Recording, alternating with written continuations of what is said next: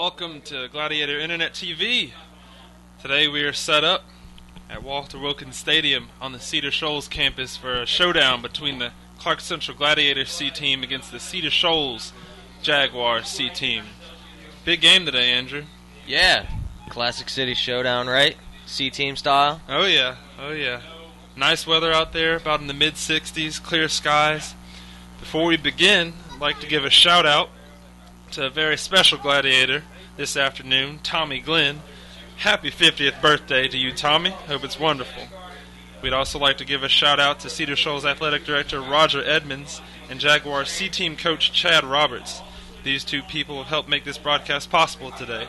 So thank you for allowing us to be here. All right, ready for kickoff. It's Timmaurice Faust kicking off for the Jaguars. Right to left. We got Zay Brown, the quarterback, back for the Glads, getting ready to return it. Picks it up at the 22, out to the 30, taken down around the 33-yard line. Brown's going to be kick returner and play some quarterback also for the Glads. I see he's sporting some nice new gloves out there. I'd like to see how he does throwing the ball with those on today.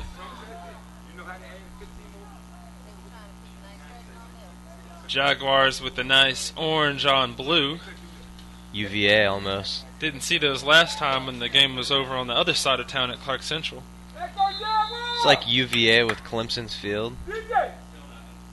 I like it.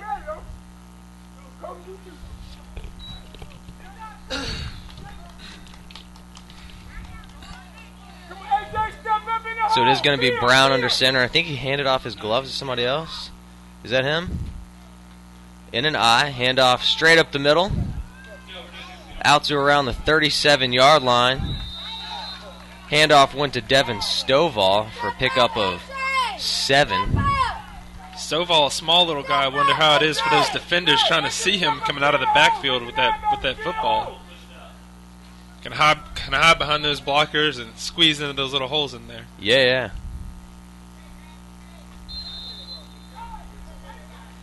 This Gladiators got 2nd and 3 here. 7 minutes left in the first quarter. In and I, receiver to each side. It is Brown under center. Handoff again to Stovall straight ahead. He runs into a defender, picks up maybe 2.5. I think he's going to be just shy of the first down. Two nice little runs from the little guy to get a first down on their first possession of the ball game. I think he is literally the smallest guy on the Gladiators team scanning their sideline. Looks like they got about maybe half of the roster that the Jaguars got. Brought the away team roster this time much smaller. Yeah, the travel squad, right? Stovall stays in the backfield. Handoff goes straight ahead. He kicks out the left side, almost up to midfield. And they marked him for a first down after that last run. He got spotted a little better than I expected, so this is going to be 2nd and maybe 4 coming up at the 49. Yes, that Gladiators O-line is getting a good push early on in this ball game, allowing Stovall to get some extra yards on those runs. They've been up the gut every single play thus far.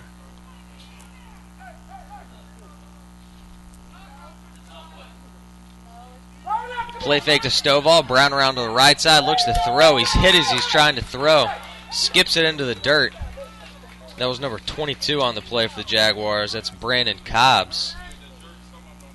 He's going to play Cobbs linebacker. Laid a big hit on him on that play. I assume that'll make Brown think twice about rolling out next time.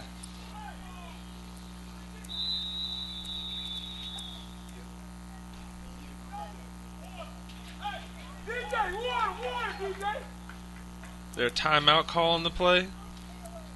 Timeout called by Clarke Central as they decide what they'll do on this key third down with 5 minutes and 58 seconds remaining in this first quarter. It's going to be 4th down territory pretty much all across the field unless you're backed up in your own zone, I would think here. Right, and especially being at the 50-yard line, you know. Right. It's not exactly dangerous. If they manage to get a 4th and short here, that'd be something they'd be willing to go for, I assume. Especially how they started off running the ball right here. They had, 4 straight run plays, and then they did the pass play, which did not work. I wonder if they'll go back to the run right here on this 3rd down. Yeah, Cobbs looked like he'd seen that play before. Central likes to roll out a lot when they throw. Right. Lined up on those hash marks over there. Figured if you're going to run them out, right-hand quarterback would be this side. Oh, yeah, Cobbs is ready. Doesn't take a whole lot of scouting to kind of pick up on those tendencies, so.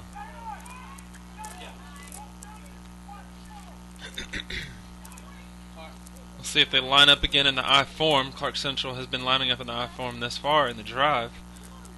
Come on, AJ, gotta make a play right here.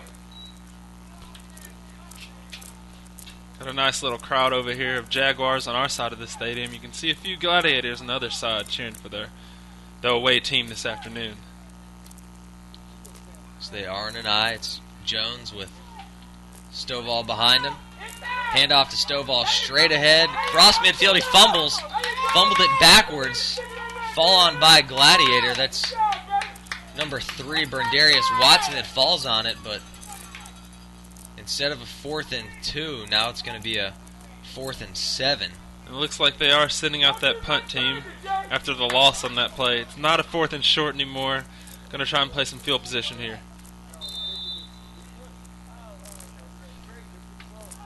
I know we saw some troubles. I know it was the JV, but troubles with special teams and getting off punts in the last game for the Gladiators. So I'm sure special teams has been a focus in practice and getting off that punt. Luis Vicente back to kick. Back for the Jaguars. The return is number 9, Giovanni McDavid. And the snap is dropped and recovered all the way back to the 23-yard line by Luis Vicente. Well, I did just talk about special teams, and right there we see a bad snap, goes by the punter.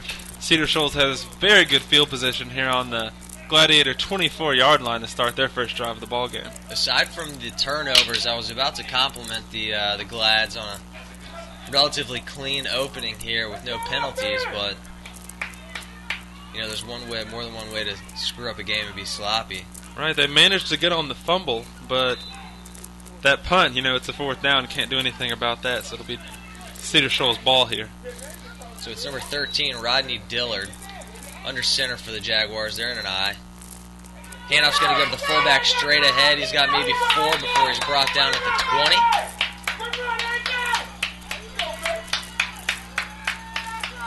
20. Like 32 A.J. Jones on the play. About a 4-yard run for Cedar Shoals on the first down play. 4:24 left here in the first. 2nd and 6 coming up.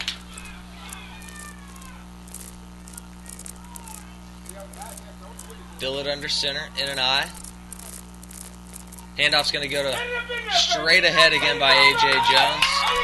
He's going to pick up maybe 4, maybe 5. Got about a 3rd and 1. Just so you know, we are right next to the most animated fan in the stadium right now. Making some noise for the home Jaguars. Trying to get on GITV. Well, he's definitely on here. If we can hear him, I assume the audience out there watching can hear him.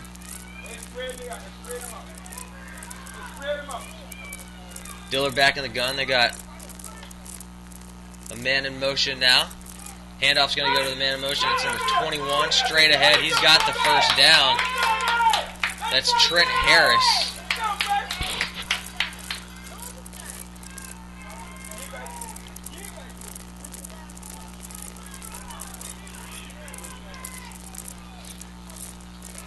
Cedar Shoals moving the ball on their first drive. Just say they're on the 14-yard line right here with the first down. 3 minutes and 20 seconds remaining in this first quarter. 1st and 10 from Glad's 13. Dillard under center. They got Ryan Huff in at running back. He had a big game against the Glads last time these teams faced off. Dillard back looking to throw. He's thrown to the end zone. It's a wobbly pass. Falls short of his receiver. Lands about the goal line. I couldn't tell if it was tipped or if it just came out of his hand awkwardly. I noticed Huff is going with a different look this game. Last time we saw him on the other side of town, he was wearing number 10 for Cedar Shoals, sporting the number 17. It looks like he may have a bit of an injury as I see him running off the field just now. That's Brandon Cobbs coming in to take a spot. So they got a second and long here.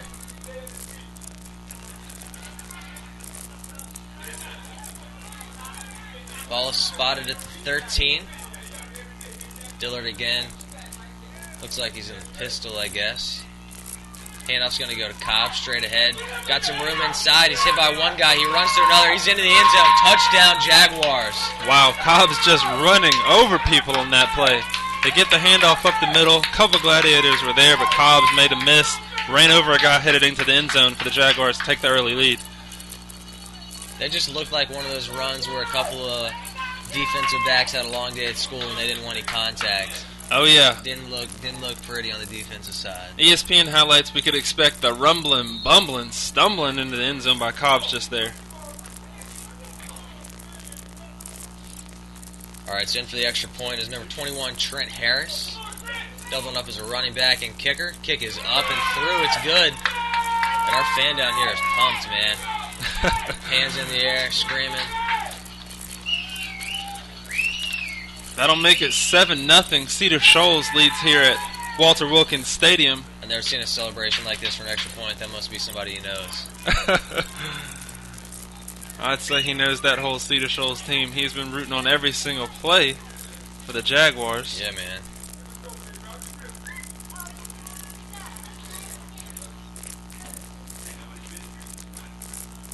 Jaguars take the early lead with 2 minutes and 50 seconds remaining in this first quarter.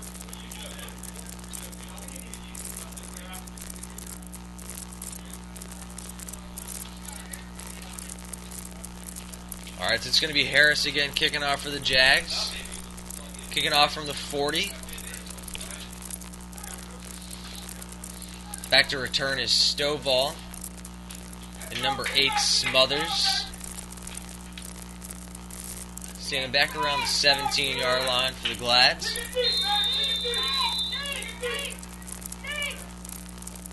Getting yells to kick it deep.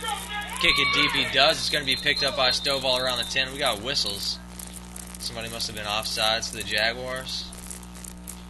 Yeah, they stopped the play with the ball in the air, so it looks like they will send Cedar Shoals back 5 yards to re-kick. Oh, it's on Clarke Central. Clarke Central perhaps had some movement before the kick. So the Jaguars will re-kick it here ahead of the kickoff spot from the 45-yard line.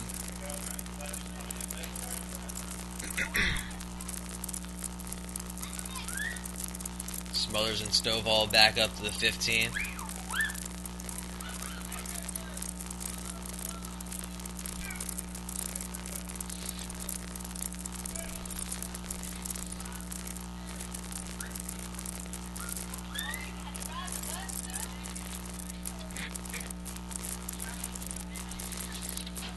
Very particular with the ball on the tee here.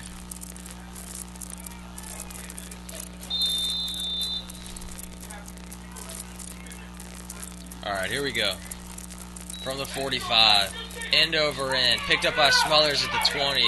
Ahead, following some blockers, out to the 26. He's running backwards to get some room. He's out to the 30. 35. Got some people swarming him.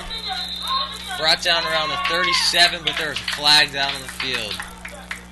Whenever there's a flag in that type of situation, you expect usually a holding call or a block in the back. Yeah, it's coming back. No face mask against the Jaguars. We didn't even see that from over here. Guy threw it from all the way across the field, so I don't know if it was a face mask on Smothers during the return or somebody trying to fight a block. Right, yeah, I certainly did not see it from up here in the booth. But that ref, much closer than we are up here. Relatively. Still threw it from half the field away. Very good point. Alright, so it's 1st and 10 for the Glads at their own 42. See if Clarke Central comes out again in the I form they were sporting on their past offensive series.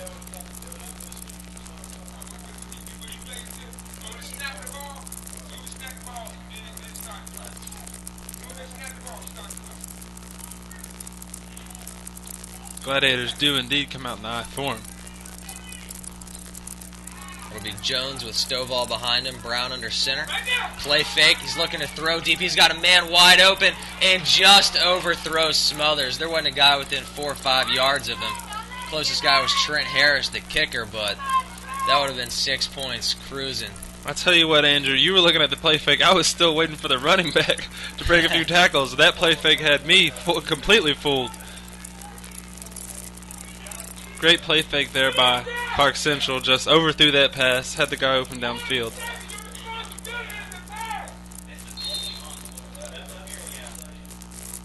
Smothers had his guy beat. Maybe that's something we'll go back to later in the game, but you got to play like that. It hurts not to hit it.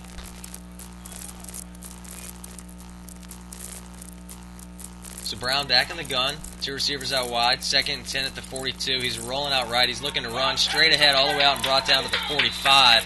Pick up about 3. That was a design run all the way. Design run indeed. We saw Brown run a lot in the last game, so I figured we'd see some more of that this afternoon here across town.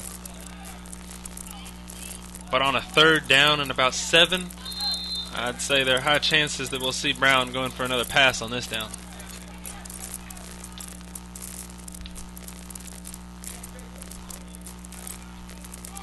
Yeah, maybe if they can pick up 4 or 5, it'll be a good opportunity to go for it on 4th. It's possible that they'll run it. It's another play fake rolling out to his left, and he's going to keep it. He's going to pick up the 1st down and more, all the way down to the 40, 35, down to the 33-yard line of the Jaguars. Design run. Interesting also, they do the play fake on a 3rd down, yeah, and it works him rolling out to the left after that play fake.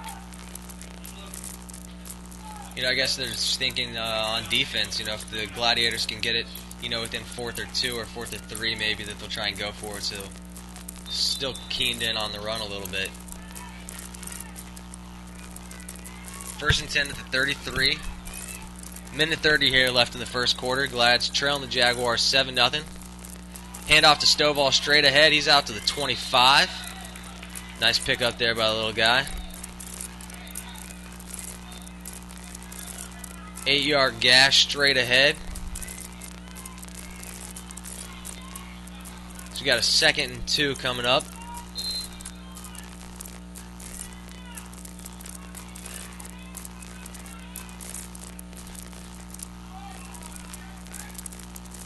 And an offset eye now.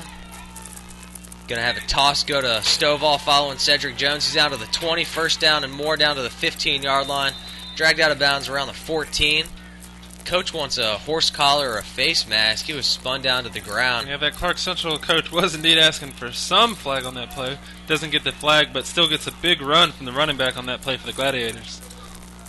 Didn't look like his head was jerked around. Maybe he wanted a horse collar. I'm not sure. All right, and that ref was right next to it, so.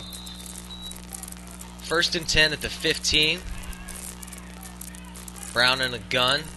Stovall and Jones out to either side flanking him. He's going to follow Jones out to the right on a run. Jones with a huge block down to the 15, down to the 10 is Brown. He's swarmed and brought down to the 10, but Cedric Jones made that possible. He knocked someone on his block right there, on his back right there? Yeah, pancaked him. Big block right there.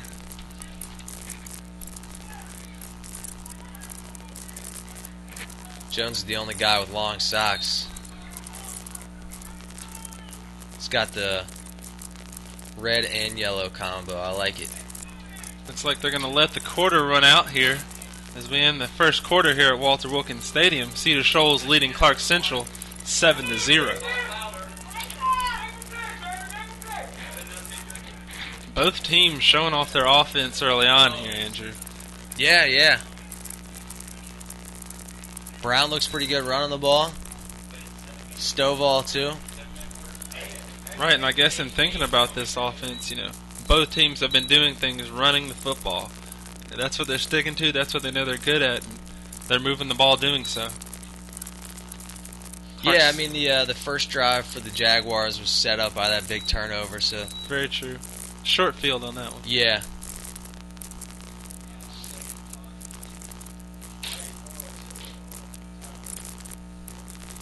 See, it should be about a 2nd and 4 or 5 yards, or I should say 5 or 6 yards to go for the Gladiators from the 10-yard line of Cedar Shoals. playing 8-minute quarters. If they keep it on the ground, these games can fly by. Yeah, that first quarter went by in the Probably about 8 minutes. blink of an eye. Very witty over there. Yeah, well, I mean, I don't think there was any clock stoppage. True. We had that one incomplete pass on the play action.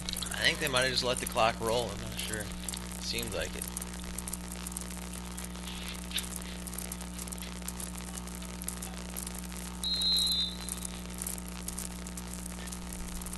Yeah, I wasn't really trying to make a joke there, but...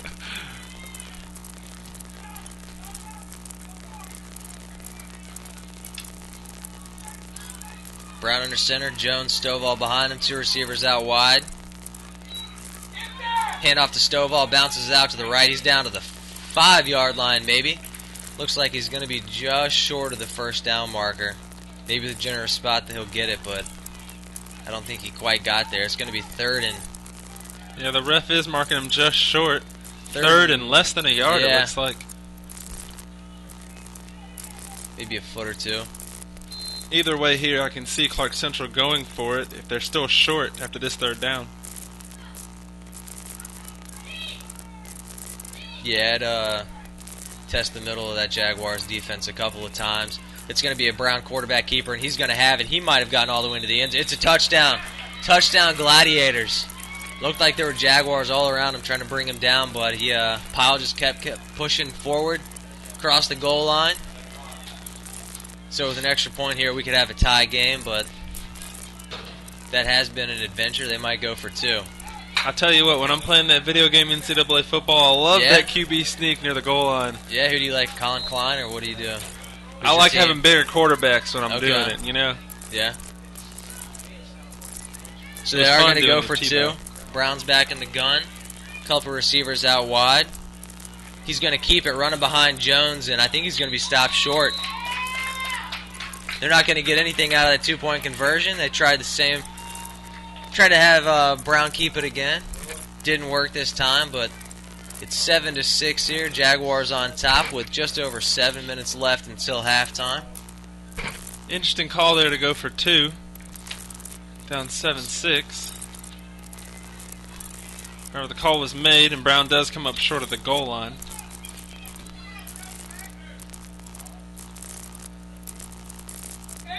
I'm just loving they this. had the issue with special teams on that punt. I just don't know if they trust maybe the long snapper or the holder.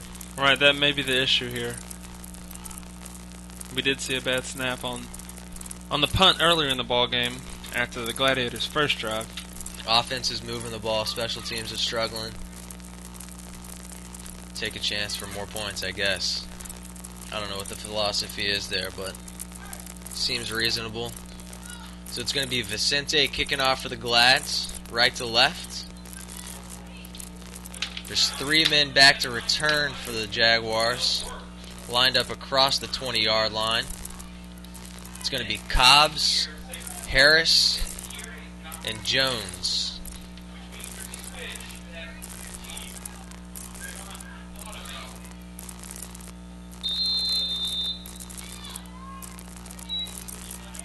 It's going to be a weird spiraled, funky kick picked up by Jones around the 24. He's out to the 30, 35, down to the 40.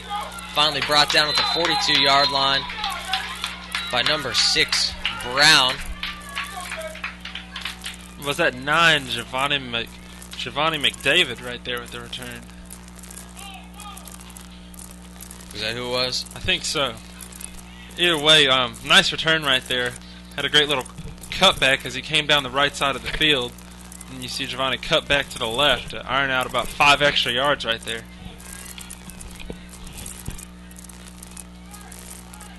And continuing to see fans come into this stadium here at what's often deemed the jungle over here on the east side of town. Jags in an eye. Handoff's going to go to Cedric Jones, or A.J. Jones, the fullback, straight ahead. He's going to be stopped for no gain.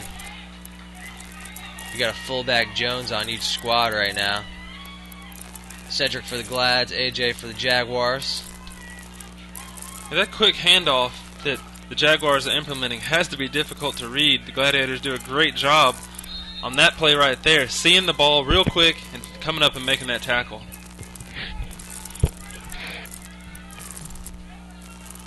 Yeah, they were gashed a couple of times on the Jaguars' last possession. Not so on that first play. So they got about a 2nd and 9 here, 6:20 left. Till halftime, Dillard back in the gun. They send a man in motion, hand it off to him. There's some penetration. They can stop him for a loss here. He makes him miss a tackle. He is going to be stopped for a loss, but not as big. They're going to mark him all the way back to the 38-yard line. Let's call it a loss of 4. He backtracked. Took a pretty steep angle back into the Jaguars' backfield. That was number 21, Trent Harris. Yeah, it looked like 52 for Clarke Central. Esteban Barrow made a great read on the play, getting into the backfield and forcing Harris back. However, we do have a penalty on the play. Looks like an illegal procedure penalty on Cedar Shoals that Clarke Central will decline, so the ball will remain at the same spot.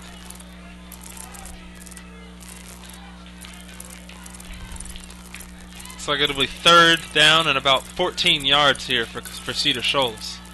The original line of scrimmage is about the 42. Dillard looks like, call it the pistol formation. He's dropping back, looking to throw. He's got a man open, hits him around the 40. He runs back for a couple of yards and is stopped at the 39.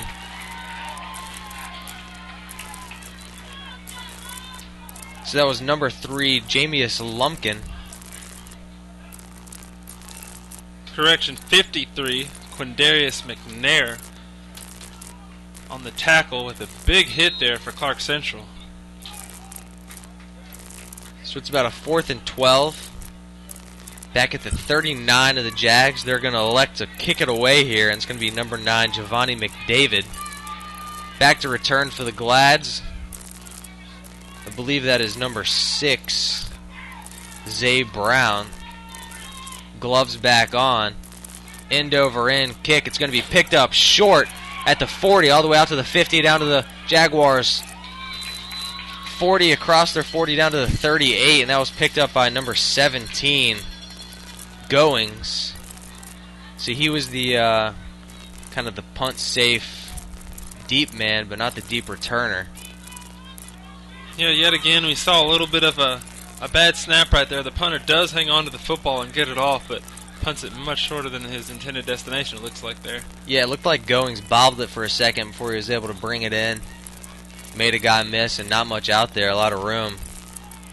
It's about a 25-yard punt return. It's going to be Gladiators ball inside Jaguars territory with a chance to take a lead here. Brown under center, handoff to Stovall straight ahead, and he picks up maybe 3 all the way down to the 36.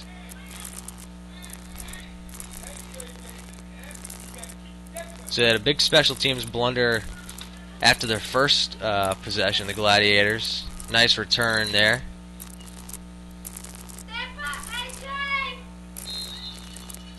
Second and 7 maybe. 4:20 left in the second quarter. Brown back in the gun. They got 4 receivers out. Stovall back with him. He's going to look to throw. He's got Smothers open. Just misses Smothers. Ball's going to fall harmlessly to the grass. So opportunity wasted there. Able to pick up that receiver. Could have been a nice little gain. Oh yeah, the penetration there by Stavion Stevenson for Cedar Shoals had a huge impact on that bad throw right there for Clarke Central. He gets into the backfield, sticks up his hand, makes it hard for Zay Brown to get off a good throw right there to Smothers.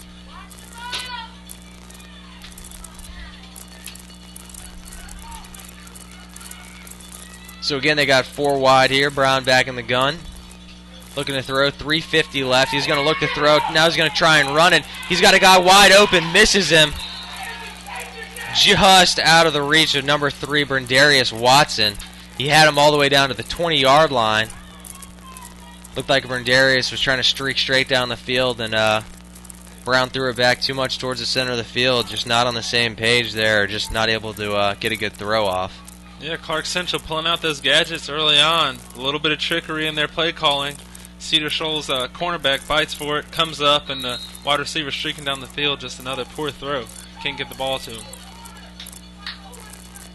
Zay Brown was indeed doing pressure on that one. That was much harder to get off. We've seen what happens last Saturday when a quarterback's under pressure, right? True that. So again, looking to throw, rolling out to his left. He's got Smothers open. He hits him all the way down to the 20, thrown out of bounds around the 18. Big fourth down conversion there for the Gladiators. Big time throw. Brown had time. He put it on the money. Smothers looking like a smooth wide receiver out there, making that nice catch and then going down the sideline, pushing that ball down to the 18-yard line for the Gladiators. Big conversion, as you just pointed out, Andrew. Yeah. I think they might elect to roll him out a little bit more in passing situations. A lot of pressure straight up the middle. In an eye again, they're going to hand it off to Stovall. There's that penetration up the middle, and they're going to get him for a loss. Oh, yeah. I'm not sure where they're going to mark his forward progress, but... Right when you brought up that penetration, Jalen Sheets burst through the Clarke Central offensive line. Jalen Sheets, that's playing defensive tackle for Cedar Shoals, gets that penetration. His guys follow him up the middle, and they make a tackle in the backfield.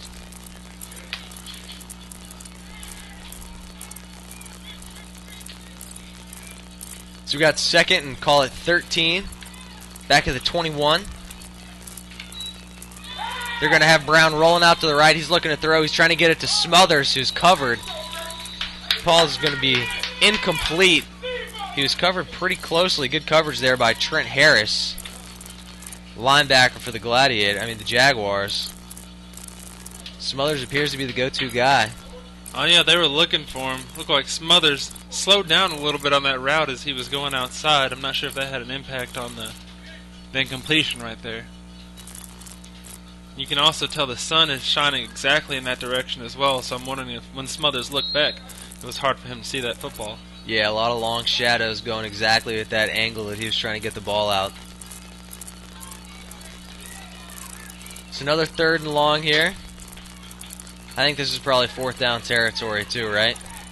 All the way down there into the field. I'm not sure what a punt would do. And a field goal would be difficult. But they're back in the gun. It's going to be a keeper. Brown's going to run out to the right. He's down to the 20, out to the 15. He's trying to get out to the corner. He might have the first down. It depends on where they mark him out of bounds. I think he's got it. All the way down to the 7-yard line of the Jaguars. Touchdown indeed. Zay Brown showing off some speed in this game. Hadn't seen him turn up to that level yet, but... You got to think they'll give him a break after that long run and line up in that I form and hand off the ball to Devin Stovall at running back here. That was about a 14-yard run, and he probably ran about twice that. Indeed. I'd say he ran 30 yards, gained 14. All right, so in an offset eye, Jones and Stovall. Toss is going to go to Stovall. He's going to follow Jones. Got a block. Take it all the way into the end zone. Touchdown, Stovall. Nice run for that guy. 12-7. Didn't convert on the extra point or 2-point conversion last time. So Gladiators up by 5 here. 2:30 left until half. I think they're going to go for 2 again. Try and make it an even 7-point lead. And that's what they're going to do. Brown's back in the shotgun with Stovall and Jones beside him. You see Smothers out left. And that's Barnett off to the far side of the field. And that's the way that Brown's going to be running. He's going to keep it. He's going to try and get in the end zone, and he does. 2-point conversion is good. Quite a second quarter here for the Gladiators. Oh, my, yes. On that pitch play to get the touchdown, you think Stovall has the love when they give him the ball in the open field like that on those pitches. Using that speed, cutting outside, he can decide wherever he wants to go. He decided to cut in at the end of that play to pick up the touchdown for the Gladiators. Cedar Shoals, as you pointed out, has had a lot of penetration up the middle, so Clarke Central's abandoned those middle runs a little bit here, and that pitch is something they went to get that touchdown. We've seen more of Zay Brown rolling out, more pitches. First scoring drive, it was mostly Stovall. That time a lot of it was on the legs of Zay Brown. Cedar Shoals has a little bit of time 2 minutes and 34 seconds to be exact in this half, down 14-7. We'll see if the Jaguars can muster up a drive here going into the half. That pumped up fans trying to get his team going. Oh yeah, he's motivated all right. We'll see if he motivates them. So it's Vicente kicking off from the 40. Right to left. Cobbs, Harris, back to return, standing at around the 20. It's going to be a funky spiraling kick picked up by Harris at the 25. He brings it out to the 30, down to the 35, 40, 45, 50, all the way down to the 45. He looked like he stepped out of bounds. They're going to say he stayed in bounds. He's all the way down to the 27-yard line of the Gladiators. I thought he might have tiptoed out of bounds back around the 40. Apparently he did not. It's going to be Jaguars ball, 1st and 10, all the way down to the Glad's 27-yard line. Just over 2 minutes left here in the second quarter with a chance to take the lead again, or at least tie it. Huge return there. What was interesting to see there, Andrew, was he had about 8 blockers in front of him. Did Trent Harris for Cedar Shoals. 8 blockers in front of him, paving the way for him to crank out that huge return. There was Gladiators had a guy streaking down the sideline who appeared too concerned about keeping contained that he let him run pretty much right inside him without taking the chance of making a play. Yeah, around the 30 or 35. Yeah, Harris saw that guy and decided to cut inside as opposed to going out where the Clarke Central guy was waiting. I'm thinking that's probably a kid that's been sucked inside a few too many times and burned on the edge, and coach said, whatever mistake you make, don't do that again. So we got to delay a game here on the Jaguars.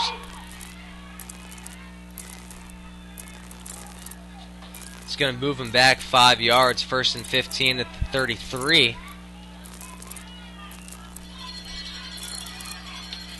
In the pistol, it's Dillard with A.J. Jones behind him. They got 2 receivers here out to the right and a tight end. They're going to send Cobbs in motion. They're going to fake the handoff, and it's going to be straight ahead down to the 30. Looked like he could have broken it for more. He was pulled down from the back by his jersey. Call the flag. And there's a flag on the play. I'm hoping that's not a horse collar, because it definitely was not. That was not a... They're going to call a horse collar, and it was... I'm going to say that was a really bad call there. It looked to me like he grabbed his jersey in the middle of the back, not at the neck. He grabbed his number and pulled him back. Right. That was the ball carrier, number 9, Giovanni McDavid. And that's a big penalty there. Could have been about a 2-yard gain.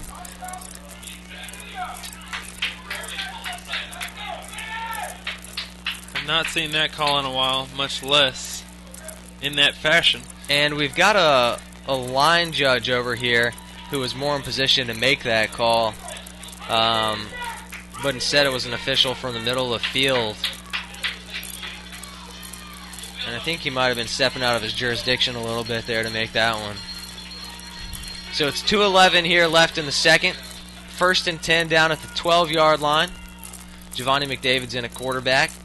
He's going to hand it off to Cobb. He's around the left side down to the 10. He's going to be brought down around the 7-yard line. He just ran straight into number 15 for the Gladiators.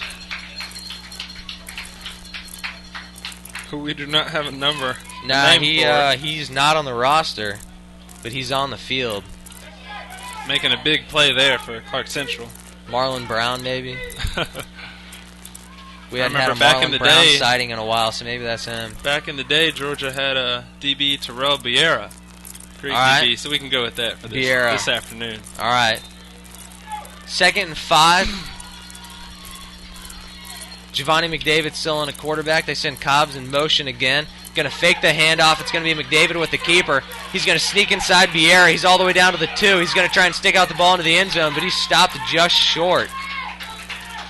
It's going to be a 1st down, though. 1st and goal here for the Jaguars. Just over a minute left until the half. McDavid making plays out there, breaking tackles and everything. Almost stuck out the ball to even get a touchdown on that run. Yeah, Jaguars taking a play out of the Gladiators book. You know, put your best athlete back in the quarterback position. Just let him make plays.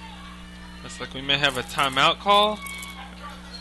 Timeout by Clarke Central, as the Gladiators will try to devise up a scheme here to get a big stop. Cedar Shoals with first down on the 1 yard line, trying to go for the score to tie it up before the half.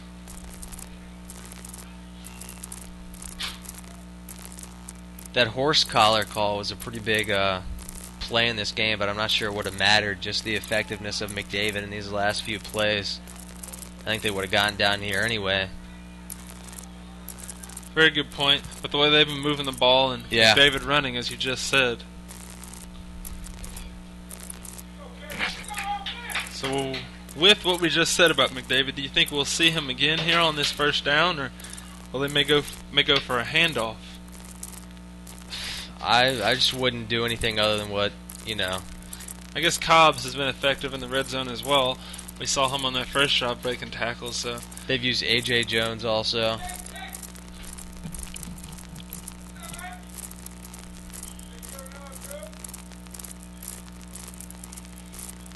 even the refs getting some water during this break, as they've been running up and down the field with both offenses, showing off their skill in this ball game over here at Walter Wilkins Stadium.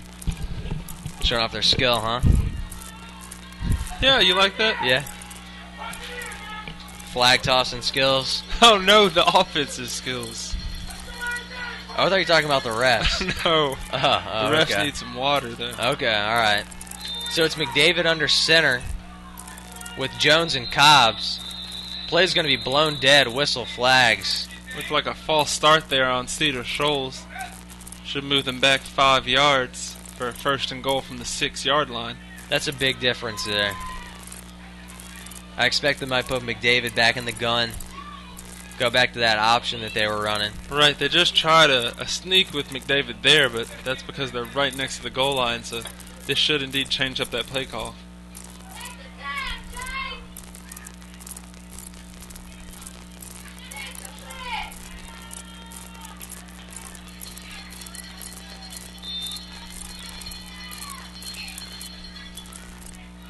.111 left until the half. They're going to send Cobbs out in a pistol. It's McDavid, Cedric Jones behind him. He's going to run it straight ahead. There's Gladiators all around him. He's going to be brought down for a loss back at the 7 or 8 yard line. Cedar Shoals trying to call a timeout here. The ref finally sees it, so 58 seconds remaining here. Will this make it second? Yeah, second down. And a little more than 7 yards to go for Cedar Shoals, trying to put up 6 or 7 points before the half. So we got tenths of seconds here. Oh yeah. I like that. I like that.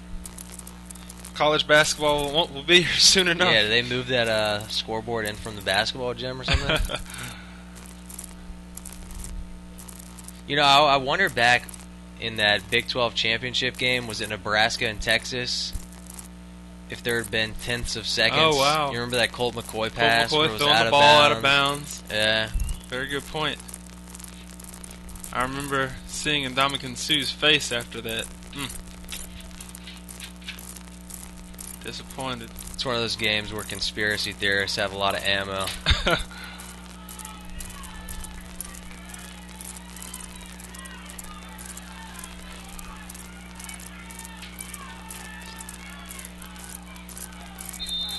Alright, it's a second and long here for the Jaguars. Back at the 7. And we got another false start. Center looked like he tried to snap it, realized his mistake, and then held on to it. Cedar Shoals moving in the wrong direction here. That's 2 penalties marching them back 5 yards each, while they were with first and goal on the 1 yard line. All the way back to the 13. 58 seconds left. Trailing the Gladiators by 7. They're going to send Cobbs in motion. They're going to hand it off to him. He's going to try and stretch the field. Nothing doing there. He's brought down for a 1 yard loss all the way back to the 14 yard line. Clock continues to run. And we got a timeout. Clock's going to stop at 44 seconds. Timeout Jaguars this time. Third and long all the way back at the 14. Nice play there. Tried to send Cobb out wide. It worked for him earlier. Clarke Central looked to be expecting it there, most certainly. I tell you what, I did see Rodney Dillard throwing some great balls in warm-ups. I wonder if we'll see him running one of those plays right here to try and punch that ball in the end zone for Cedar Shoals.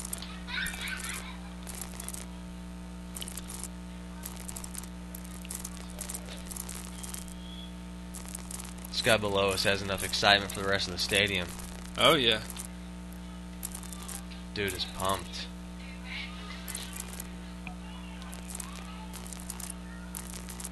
He's got on his Cedar Shoals Jaguar apparel. Why is it upside down? I don't know, maybe that's a new look. I've seen fads go around, you never know. Maybe you'll be walking around Athens and see some more shirts with upside down writing. Alright. I didn't know if that was like a long-standing thing here. No. No? Alright. I do remember back when I was at Cedar Shoals, the backward jersey theme going around. Okay. Wearing the player's number on the chest. Haven't seen that recently, though. Alright, 3rd and long from the 14. It's Dillard back in instead of McDavid. He's dropping back, looking to throw. He's trying to get it to McDavid in the end zone. It's picked off in the end zone. And that's your guy, number 15. He lobbed it up into double, maybe triple coverage. Threw it short also. Tipped up in the air and then brought down by 15. Oh, yeah. What did we Terrell decide on Biera his with name? a great pick right Terrell there. Biera? Terrell Biera. Biera, alright. I remember as a kid, he made a big interception for the Bulldogs against Ole Miss, making another big interception tonight for the Gladiators.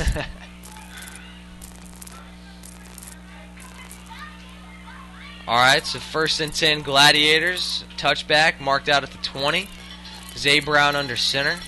See if they just try and take it into the half. It's going to be a handoff to Stovall straight ahead. He's going to kick it out to the right side. He's out to the 23 maybe before he's brought down. And that may be the last play of the half. 20 seconds and rolling. Right, I do see Clarke Central's coach is motioning to go ahead into the half. If Cedar does not call a timeout, that is indeed where we'll be going. 8, 7, 6, 5. It's going to be the last play of the half. At halftime, score is going to be Clarke Central 14 and the C-Team Jaguars from Cedar Shoals 7. I tell you Cedar what, Shoals took the quick touchdown lead.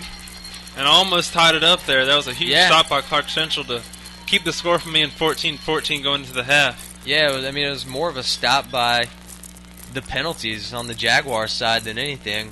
Moved them back 10 yards when they had 1st and goal at the 1. Right. So I'm sure they're going to hear about that during this halftime talk.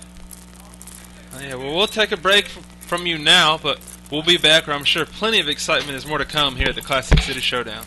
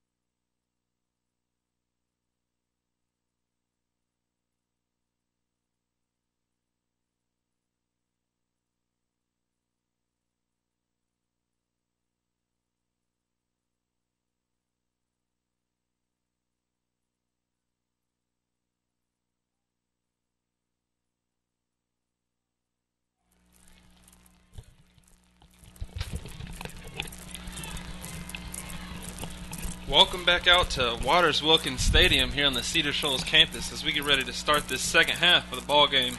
C-team football between the Cedar Shoals Jaguars and the Clarke Central Gladiators. Andrew, been an exciting game thus far. Cedar Shoals just come short. So Clarke Central still leads 14-7 coming out of the half, but Cedar Shoals almost had tied this ball game up. Yeah, man, a lot of drama. I mean, they had the ball, first and 1, all the way down at their 1 yard line. Couple of penalties set them back. It looked like they were going to get it in either way, though, with McDavid and Cobbs running the show, moving the ball all the way down to the field. But even before that, they took the lead, 14 unanswered points by the Gladiators. A lot of it done by Stovall and Brown on offense. Mostly through the ground. I think he had maybe one big completion to Smothers. Tried to get it to him a couple of times. Yeah, that play action they ran could have been a huge completion right there to Smothers. Yeah. Clarke Central tried. A lot of pressure up the middle by the Jaguars, keeping Brown on his toes, keeping him uncomfortable, which is what you got to do.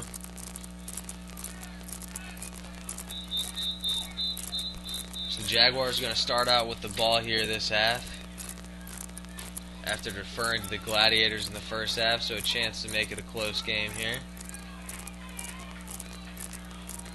Back to return, it's going to be McDavid, Cobbs, and is that Trent Harris out in the middle? They're lined up at around their 25-yard line. Yep, that is Trent Harris, 21 for the Jaguars. In the middle of the field, yeah. So last time Vicente kicked it to McDavid and he had that big return all the way down to the Gladiators 30. I bet they'll kick it away from him this time, and they do. They kick it off to the right side, and Cobbs picks it up. He's out to the 30, 35, down to the 40. Finally brought down at the 44-yard line, so 24-yard return there by Cobbs. Yeah, they've been in good field position after each of these kickoff returns in this ball game. Yeah, they have. Those three return men, I think all of them have gotten the ball. We've seen all three of them catch it at a different point, but each of them have found out big yardage here, with Trent Harris having the longest return all the way into Clarke Central territory on their last return. Right, right. So they've been rotating Dillard and McDavid. This time they're going to have McDavid lined up wide, Dillard under center. In an I. He's going to hand it off to Jones, a fullback, straight ahead. He picks up maybe 3 out to the 46-yard line. So they're going to call it a second and maybe 7. 7:30 left here in the third. Glads leading the Jaguars 14-7. C-Team Classic City Showdown here tonight. In an I again. Again, it's going to go to Cobbs. Or is that Jones? 32 or 22. That's 32 Jones out to the 49. So they're going to have a 3rd and 4 coming up. Yeah, the Jaguars really do like that quick fullback handoff. They tried that a lot on their first possession of the ball game. Trying it again now. Makes it about a 3rd and 4. 4 or 5 yards to go to start out this second half. It's number 28. Michael Allen in it, tailback. Dillard under center with Jones behind him. They're going to hand it off to Jones. Straight ahead, he's out to the 50, all the way down to the 45, down to the 42-yard of the Gladiators for a Jaguar first down. So just stick with it and make them stop it. Yeah, I mean, back to back to back to back. Back to back to back. One less back there. But it's working. You can even hear the cowbells out there on this Cedar Shoals sideline.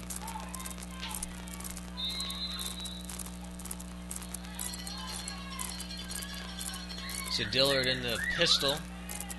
Allen behind him. He's going to look to throw. He's got pressure in his face. He's got hit by one guy. He's going to look to run. He's down to the 40.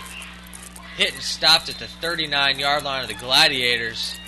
It's going to be second and about 6 or 7. He barely manages to elude that pressure there and pick up some positive yardage. Almost was sacked in the backfield, but great job by Rodney Dillard there, eluding that pressure and getting some positive yards out of that play for Cedar Shoals. pretty big guy there. It looked like there were some people trying to grasp at him, just couldn't get a solid hold on him and bring him down. Just kind of slowly scrambling forward.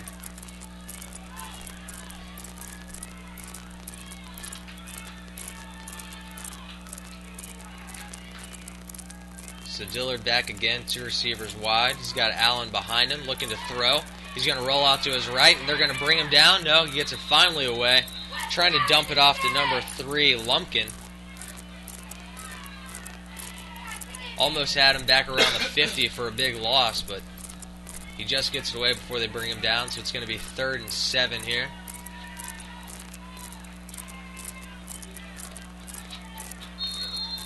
They were pretty effective moving it down the field with McDavid at quarterback. Went away from that. Right, it should be interesting to see what they do on this 3rd down. You know, it's a little bit longer. Cobbs is indeed out there. We've seen him get the ball in some of these situations. So, oh, they're running a formation we have not seen yet. There's a flag called on the opposite side of the field, close to the Clarke Central sideline.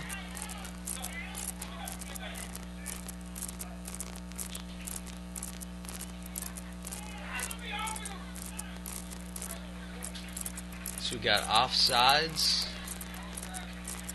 They draw someone offsides. I didn't see anyone move, but yeah, that looks like the call. He was, I guess it was McDavid lined up offsides, and he didn't say anything to the official. Usually get some help. Right. Like, yeah, and it was on that side of the field, so yeah, maybe McDavid was ahead of the line of scrimmage, and they did make that call. So Dillard back in the gun.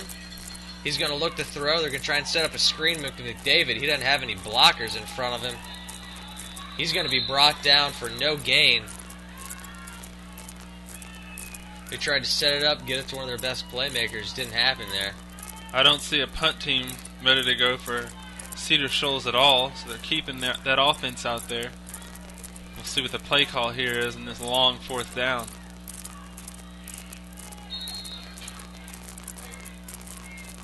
Fourth and goal here for the Jaguars, back at the Gladiators' 43-yard line. Dillard's going to drop back, look to throw. He's got pressure in his face, brought down for a sack all the way back in their own territory, back at the 48-yard line of Cedar Shoals.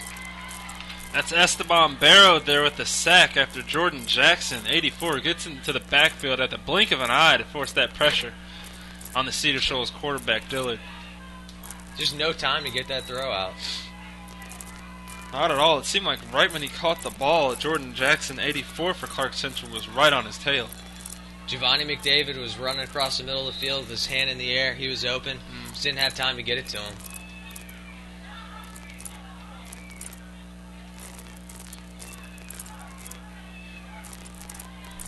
Gladiators going to take over. 1st and 10 at the Jaguars' 48. 4:55 here left in the 3rd quarter. Zay Brown under center. He's going to fake the handoff, drop back, look to throw deep. He's got Smothers there. Just overthrows him. If Smothers had kept running and not turned around. Yeah, it looked like Smothers may have misjudged that ball just a little bit, thinking it was going to come just a little bit shorter to him, so he turned around and the ball was indeed going over his head. It's always easier to come back towards the ball than to chase the ball. Same with baseball as it is with football or receiver. Saw it last night in the Yankees game. Go too far and then come back, yeah. But there is a flag. Looks like it may have been a personal foul call against Cedar Shoals that'll move Clarke Central 15 yards ahead of that line of scrimmage as they move to the Cedar Shoals 33-yard line for this 1st down.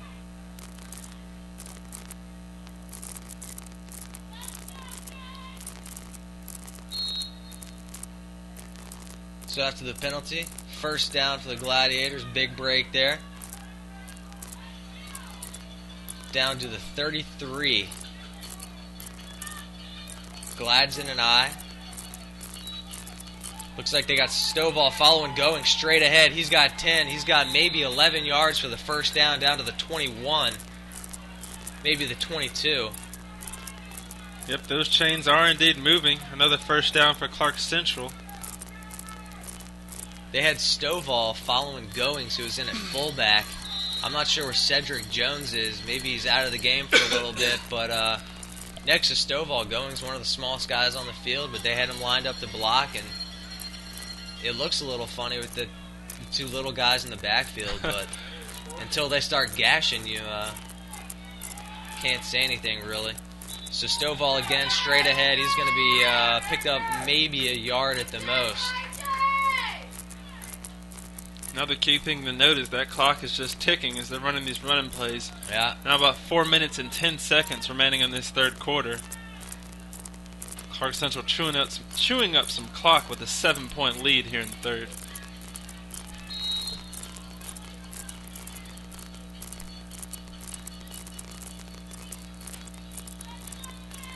You can see them taking their time in the huddle as well. Absolutely. Brown under center.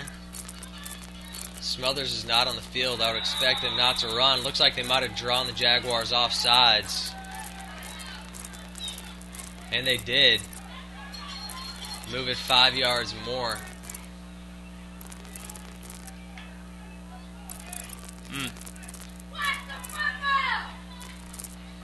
It's going to make it 2nd and 3, maybe 2nd and 4. It looks like a 2nd and 3 right here.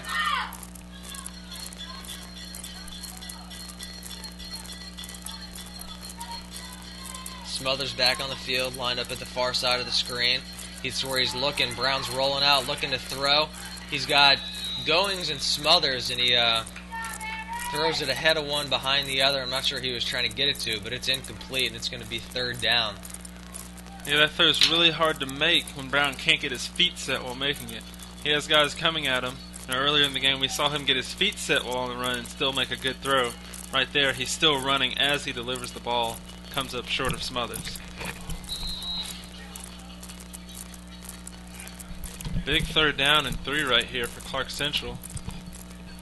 Stops the clock, too. Oh, very good point. Cedar Shoals, of course, hoping to get a big stop here. Just inside 3 minutes left. Gladiators still leading 14-7.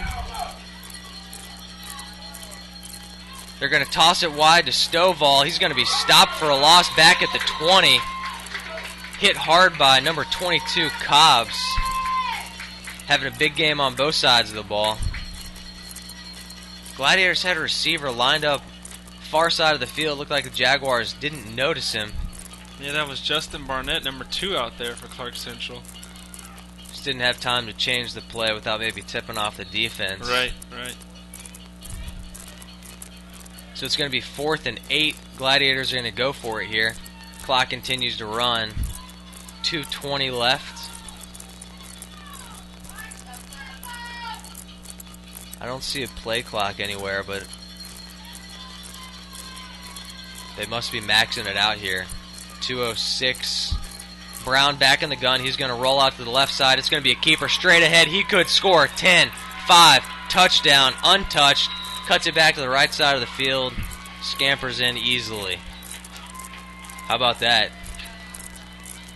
You notice how he kept his head up at first looking left. That drew those Cedar Shoals defenders in that direction. Then he takes it back to the right, wide open for the touchdown run. 20-7 Gladiators here, just inside 2 minutes left in the third. So we'll call it 10 minutes left in the game. Am I going for another 2-point conversion here? Yeah, they're up. They could make it a 14-point game here. Instead, they're going to go for 2. Kicking game must not be working for the Gladiators. Brown back in the gun. Let's see if he follows Jones again to the left side. He's going to look to throw. He finds a receiver, but it's tipped before it gets there. He's trying to get it to got Goings. his hand on the ball. That was Cobbs again? Yes. He's trying to get it to number 17, Goings.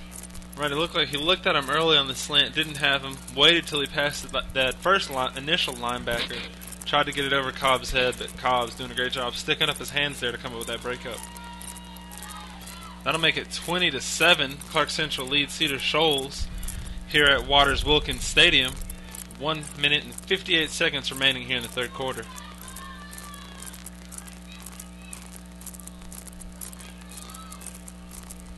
So you got to think about, how valuable was that stop by Clarke Central there? Put them in great field position, They start out that drive with a big penalty by Cedar Shoals, moving the ball forward, however they can, coming up with a big score to start this half.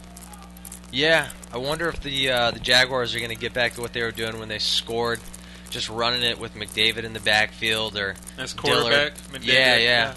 Or with Dillard in the backfield, handing it off to Jones and Cobbs. The drop-back passing game hadn't been too effective for him, just without much time to throw it. So the Glads kicking off right to left from their 40. Picked up by Cobbs at his 21, ahead to the 25, the 30. They're going to bring it here to the right side again, all the way out to the 40, 45, 50, 45, 40. Brought down finally at the 37-yard line of the Gladiators. So they've got a plan in place, it seems like. They're going to set up their blockers and try and work this side of the field on the returns. I tell you what, if you're giving out game grades thus far, that Cedar Shoals return game has to have about an A+ right now. They seem like they're averaging about 30 yards a return. And we do have an injured player. Number 6 for Clarke Central, Zay Brown, is down on the play. Seems to be favoring his calf. Thus far in the game, he's got to be the MVP for the Gladiators and the guy who probably most indispensable for Clarke Central. Indeed. I'm not sure if he's cramping up or... It looks like he may indeed be cramping up. As the players show great sportsmanship out there on both sides, taking a knee for Zay Brown on the play. I tell him not to take a knee, but to start stretching. Get him some the water. Other guys? Yeah. Get him some water.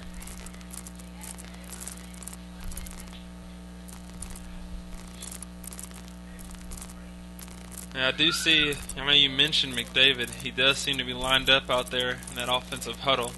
I'm guessing we will see him at quarterback as they have been going with the rotation. Cedar Shoals, that is.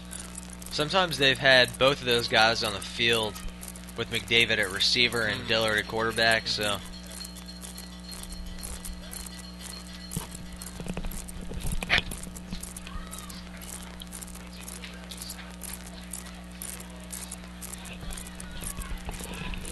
And they do get Zay Brown up on his feet. Clarke Central staff taking him off the field right now. We wish him the best. These players get off of their knees. Cedar Shoals comes out, and it looks like some sort of wildcat formation. No, they do have Dillard back there at quarterback with Ryan Huff behind him at running back, number 17. Huff had a huge game the first time these two teams played. Handoff is going to go to Huff. He's out to the 40, spun down at the 39 for maybe a loss of a half a yard. Huff seems to be favoring an injury. I know I pointed that out in the first half of the ball game, but I'm not sure if it's one of his ankles. Seems to be some heavy tape on his left ankle, and I'm wondering if that is indeed the injury he's been battling. He's noticeably limping off the field. They're going to bring out Harris instead. They tried to get him in there, but that play re-aggravated whatever injury he had. So they got McDavid lined up wide at receiver. And when they've thrown, that's who they've tried to get the ball to. So it's going to be Dillard handing off to Harris straight ahead. He's out to the 35. He's got room, a lot of room, down to the 20, 15. He's got 10, 5, touchdown. Touchdown, Trent Harris. He just showed his speed. Looked like number 11, Jamarius Smith, had an angle on him. Wasn't sure if he was going to be able to bring him down, but Harris just outran him to the end zone. Yeah, and all of a sudden, speed. It's a 7-point game. Feel like the Jaguars had no momentum after not being able to score at the end of the first half. Right. They came back with 52 seconds here left in the third to make it a 7-point game. Yeah, Harris cuts that ball all the way across the field. And is he the one out there about to kick this extra point right now? I think he is. Got his hands on his hips trying to recover from that run. Wow. Talk about a team player. And they do call a flag. Cedar Shoals did line up in the formation with too many players on the field. So the illegal substitution call will come out as Cedar lined up with 12 players and sent off a man late. So Cedar will go back 5 yards to try this extra point.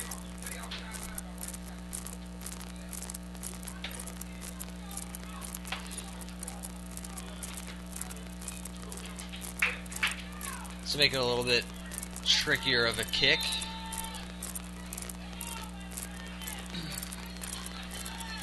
Kick is up and it is blocked.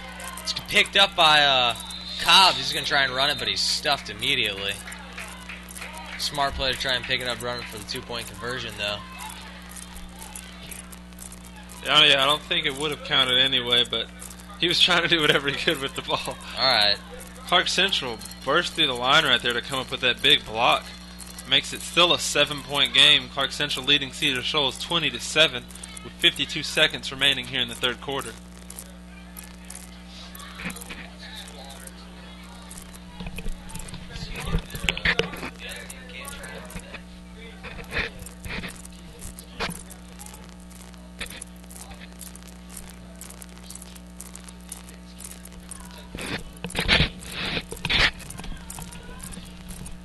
So it looks like we're going to have quite the exciting fourth quarter here at the Jungle.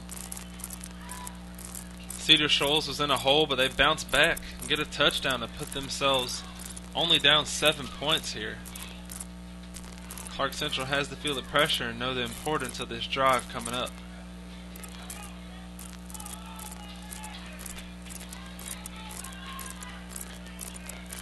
Approaching the fourth quarter here, Jaguars kicking off left to right from their own 40. Back to return looks like Smothers and Stovall standing at their own 18.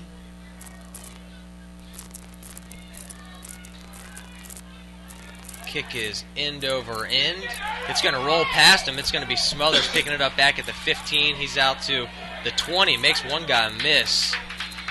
Gets out to the 22. Had to work pretty hard for those 5 yards. Yeah, there seemed to be some confusion on the Clarke Central side on who exactly was going to catch that ball.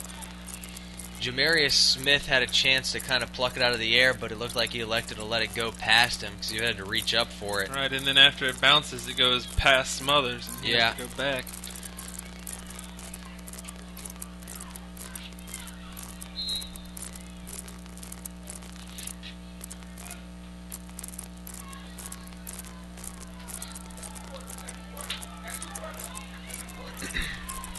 So we got a replacement quarterback for Brown who is hurt.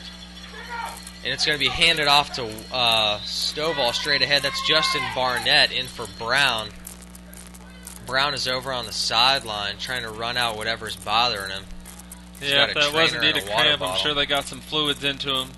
The trainer over there working with Zay Brown on the sideline to see if he can get back in the game for the Gladiators. But for now, Justin Barnett, as Andrew just pointed out, will have to do the job at quarterback.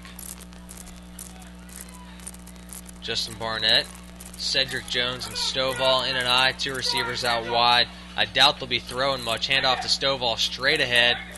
Tough guy to bring down. Picks up maybe 1 or 2. Call it a 3rd and 6 coming up, and that's going to be into the third quarter. It's going to be an exciting fourth quarter over here. And I will note that I just saw Zay Brown pick up his helmet on the sideline. Perhaps he'll be coming in for this 3rd down for the Gladiators. About a 3rd down and 5 yards to go. And that's how we'll start the fourth quarter here at the Jungle.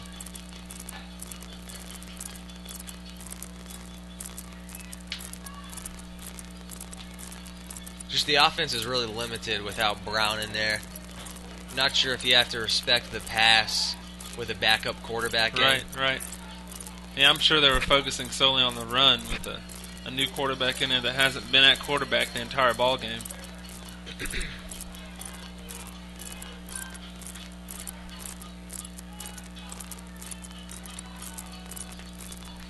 I can hear those cowbells again. Yeah, these fans want this. This is a big game for them. Big game for the kids. Yeah. I believe for these C-team guys, this is the last game of the year, right?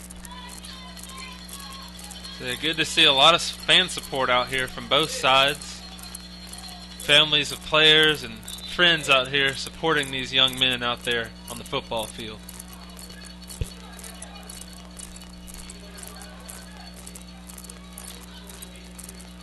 And is that Zay Brown about to come onto the field? So we got a 3rd and 5 for the Gladiators at their 27.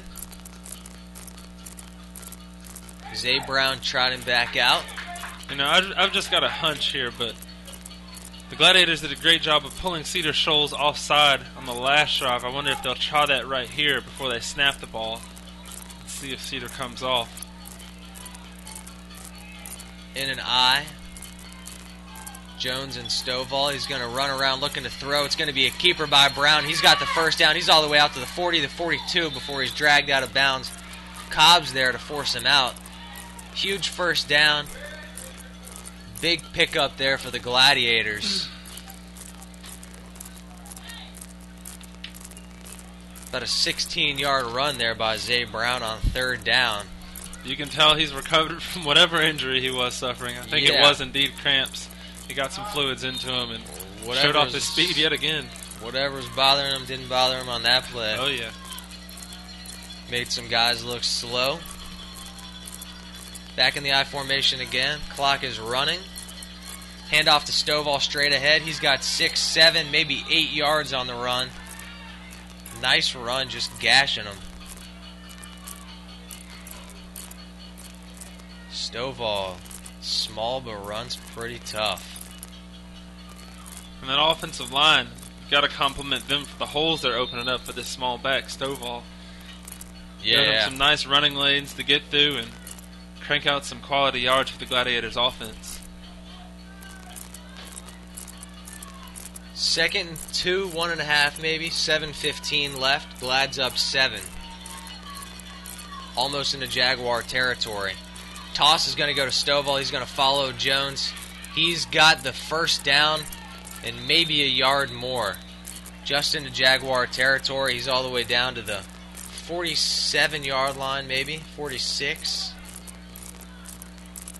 Nice job following his blocker there. Getting out wide, not going down easily at all.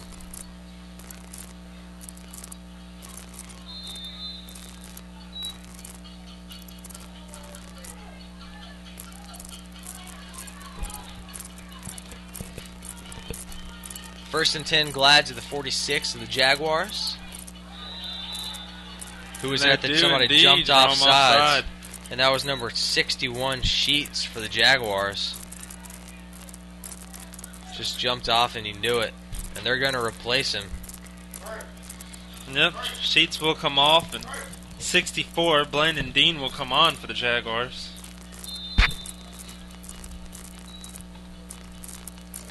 Clock is running, 6:40 left.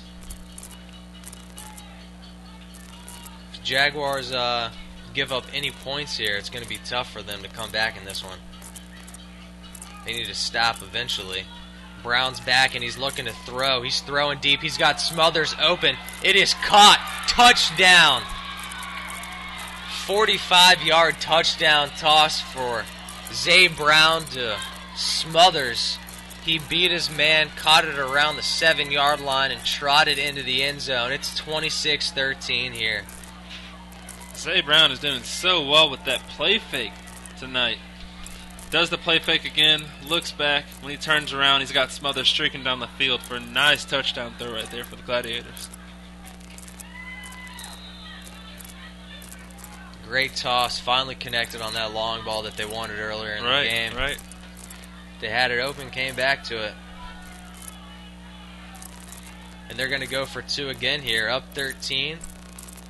Brown's going to roll out to the left, follow Jones, and he is into the end zone. 2-point conversion is good. 28-13 Gladiators. Taking a commanding lead here with 6:19 left in this ball game. They got to have 2 scores. And with one of them, they did a 2-point conversion. Right. Yeah, being down 15 points. They know that, and I would assume if they do score, they may save that 2-point conversion for the later score. Yeah. And make sure they're within scoring distance after the first one. Yeah. Either way, I think that this play that's about to happen, this kickoff right here, is huge. We've seen Cedar Shoals do so well on all of these kickoffs. I wonder if Clarke Central may try a different strategy right here in kicking the ball off, because each of these returns, as I pointed out earlier, has been at least 30 yards from the Jaguars. Yeah, the Jaguars have set up a play where they've run it out to the right side each time on their big returns. I wonder if the Gladiators are going to overplay that side a little bit. Maybe some directional kicking, try and corral the guy.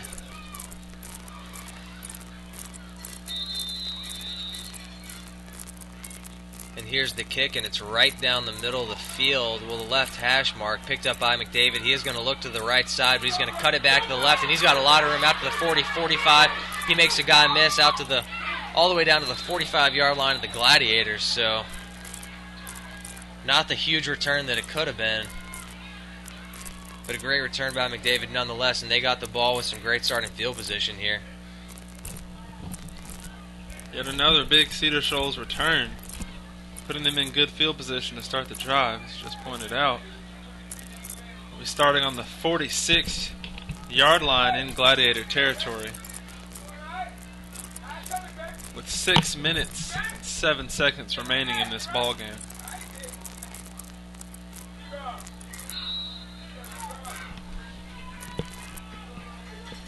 So it's Dillard in at quarterback. He's in the pistol. He's going to hand it off to Trent Harris off to the right side, and there's guys there. Bring him down for a gain of maybe 1. 6 minutes left in the game.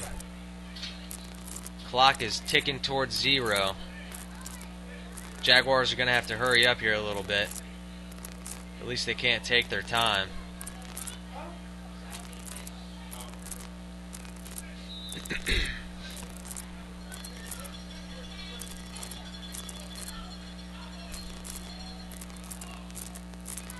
And the Gladiators do have a deep safety standing about 20 yards back from the line of scrimmage, just hanging out. Dillard's going to hand it off to Harris again. This time he's running way wide. He's out to the 45, down all the way to the 40. But he carried it back all the way to the 50. And there was a flag called on the play as well.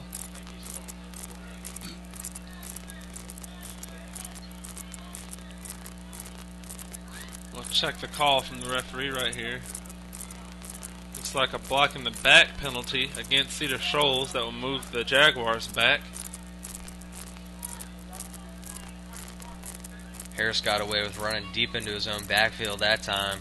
Oh yeah, that was surprising. He was way yeah. back here and Yeah. managed to still get 2 yards short of the line to gain, but that penalty would take the Jaguars back in the direction they do not want to be going in.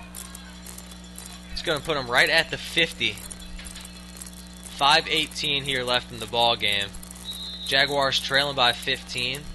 They could use a big play. They need 14 yards to the first down.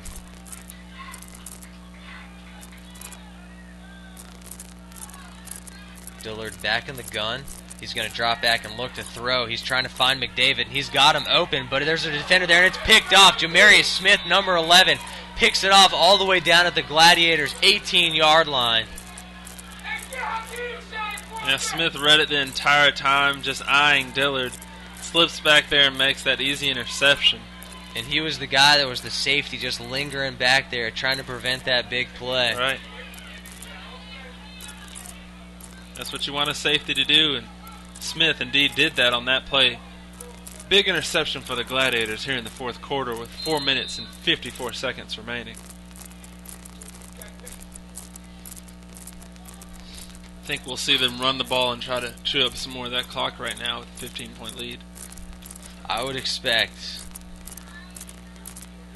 Zay Brown with Goings and Stovall behind him. The big fullback Jones is out of the game. They're going to hand off to Stovall straight ahead, but its play is whistled dead.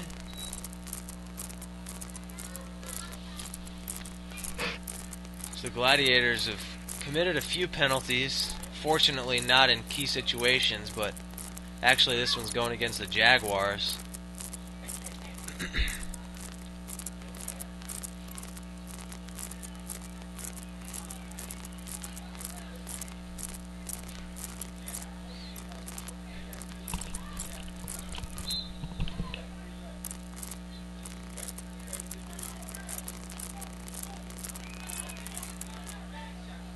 Did they have too many men on the field on that play? I'm not sure. That might have been the case. That'll move the Glads 5 yards up. the 25-yard line, 1st and 5. In an offset I, they're going to toss it to Stovall. He's going to follow Goings. He's got 5, 10, 15, 20. He's all the way down to their own 42-yard line before he's pushed out of bounds. And that was a great run, but you want him to stay in bounds there. Yeah, I couldn't tell if the ref marked it down or not. We'll see right here if the clock will indeed keep running after they mark the spot for the first down.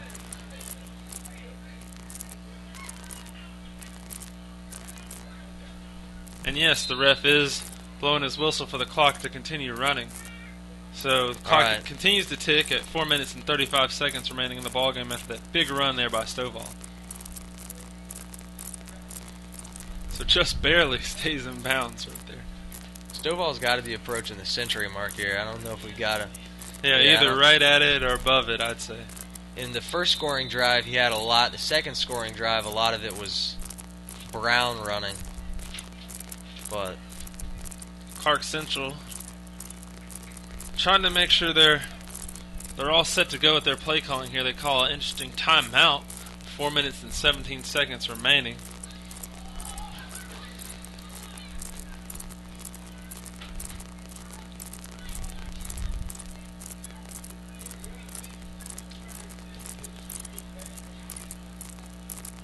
Cedar Shoals has to be disappointed after that long throw by Dillard resulting in an interception.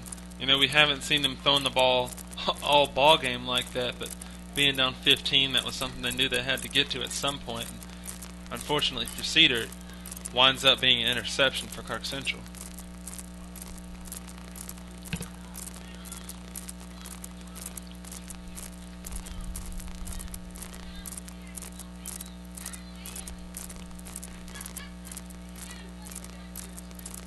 Four minutes, 17 seconds left.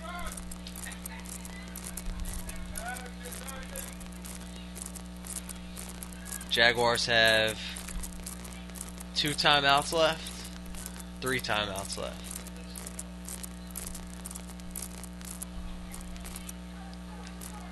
And they'll get a chance to use them.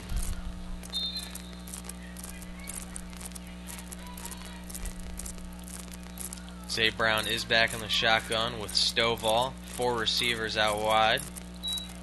He's going to hand it off to Stovall straight ahead, and he's got room out to the 50, all the way down to the 45, down to the 40-yard line of the Jaguars, and he is hard to bring down. Looked like they were trying to tackle the football and not the runner there, going for the turnover. At this point in the game, you almost have to, but Stovall didn't give it up. Great job by the little guy, and he might have had some words with the refs right there, and sportsmanlike conduct is called on Stovall after the big run. I'm not sure if he was talking to a Cedar player after the play and the ref said something to him and he responded, but definitely saw the ref talking to Stovall before he threw that flag right there.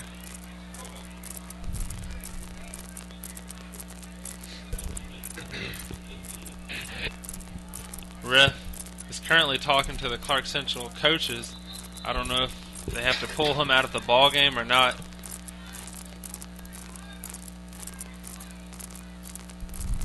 Not exactly sure what is going on here,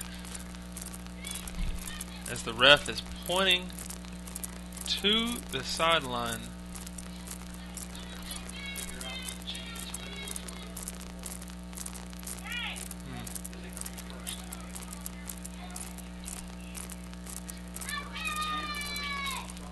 Ah, gotcha. So yeah, they may be trying to figure out the yard to gain right here after that penalty is called. So yeah, it does look like a first and about 25 yards to gain for Clarke Central right here after the penalty yardage is spotted. The ball is marked at the Gladiator 44. First down markers all the way down to the 31-yard line of the Jaguars. Brown's going to look to throw. He's got Smothers. He's going to dump it off to Smothers. He's at the 45, the 50, 45, 40, all the way down to the 37-yard line or so at the Jaguars. They're going to mark him out at the 35. Did you see Brendarius Watson out there? Made 2 key blocks on the play to allow Smothers to pick up all those yards.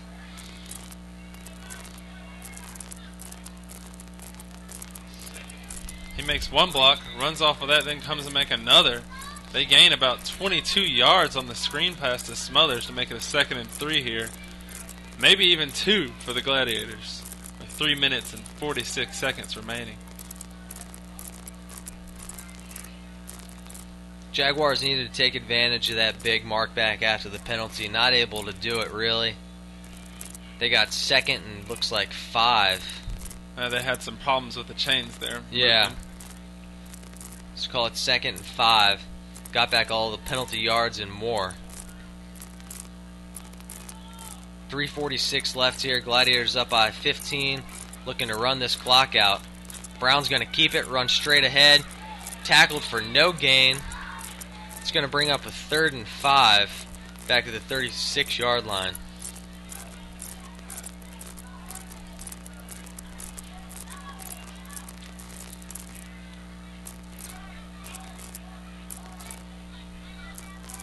I'm feeling we've got 2 more downs here. If the Gladiators don't convert the first down on this 3rd down, I feel that they'll be going for it most definitely on 4th down, as the Gladiators continue to run clock with 3 minutes and now 3 minutes and 10 seconds remaining in this ball game.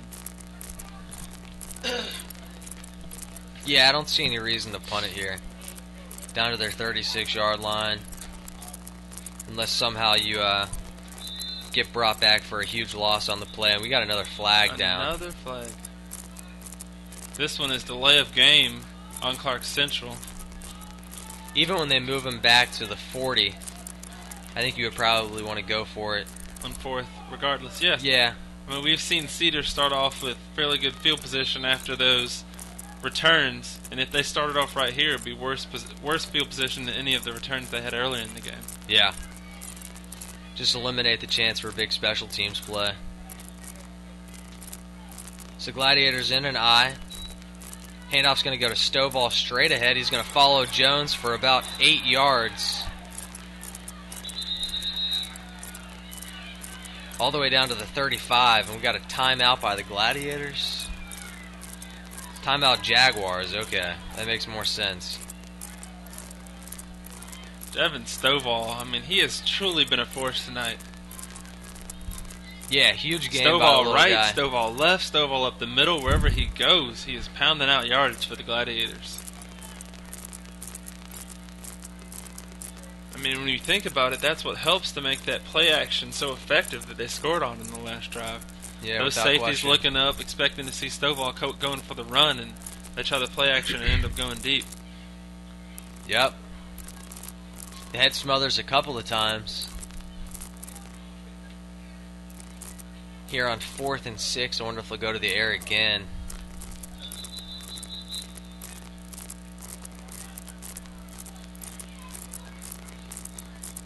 Big play here for the Jaguars if they want any chance to get back in this thing.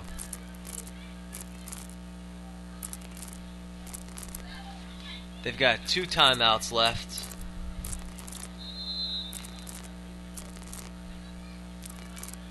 If the Gladiators can convert, it's all but over.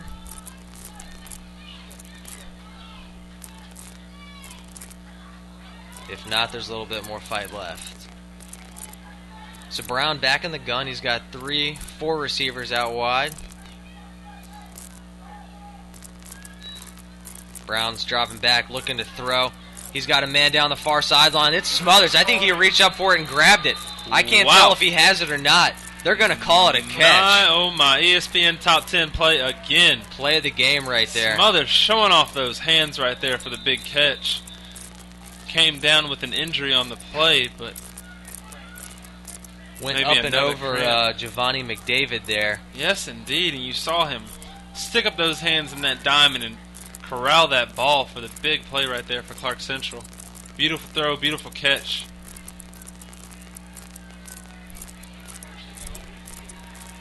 And Smothers does make his way off the field on his own, walking off to a huge applause on the opposing sideline as those Clarke Central fans have come over from the other side of town.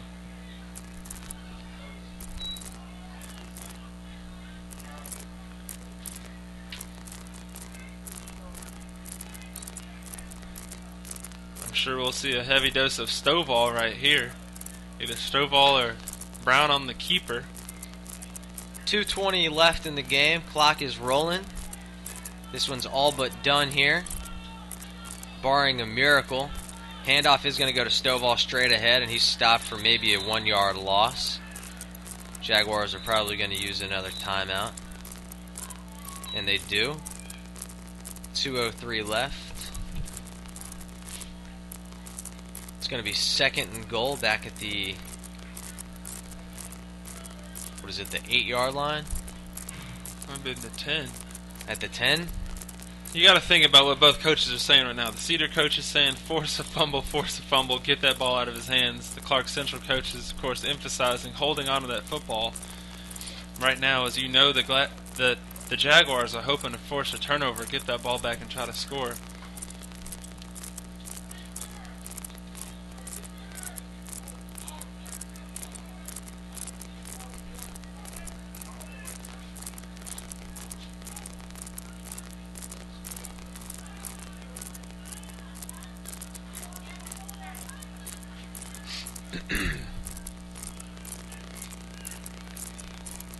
Yeah, I would say those wide receivers out there, absolute decoys just to get more guys out of the box right now. Yeah.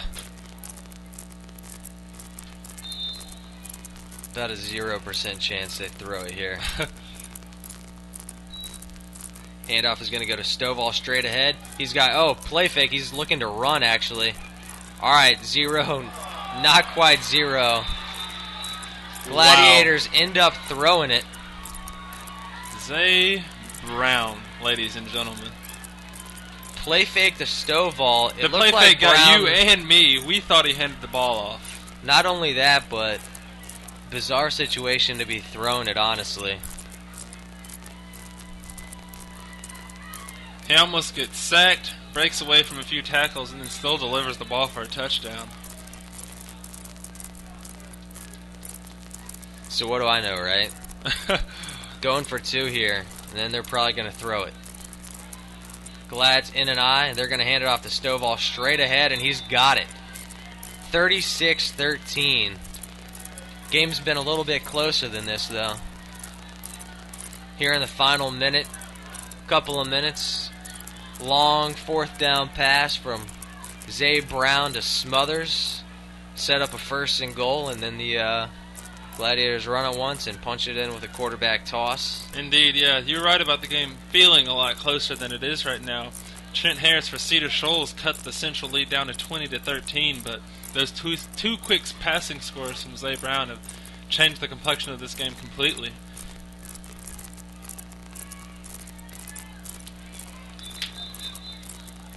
As you can now see the Clarke Central crowd across the stadium on their feet. And the Cedar Shoals contingency quite quiet on this side of the stadium.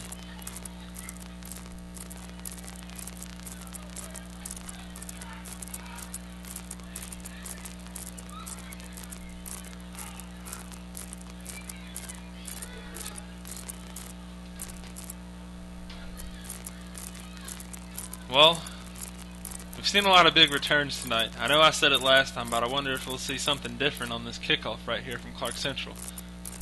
At this point, they might not care. I don't know. Probably not a lot of strategy going on. Could be. Kickoff is right down the middle of the field. It's going to hop off to the right. Cobb's going to chase it down at the 15. Running sideways out to the 20, 25, brought down at the 28.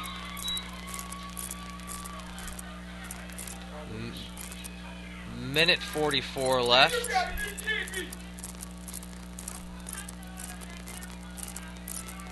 Some frustration up here with this passionate fan. Not enjoying the second half at all. And I'm sure Shamarius Smith, number 11 for the Gladiators, is back there licking his chops, along with Smothers at the opposite safety, Reggie Smothers. Hoping to get another interception right here as we figure to see Cedar Shoals passing the ball down the field.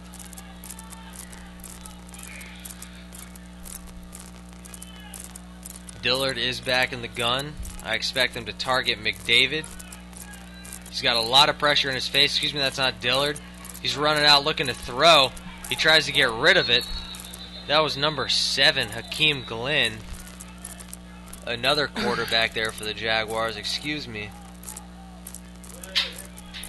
But he was getting brought down. Looked like he tried to just dump it off to somebody. He falls to the carpet. 2nd and long.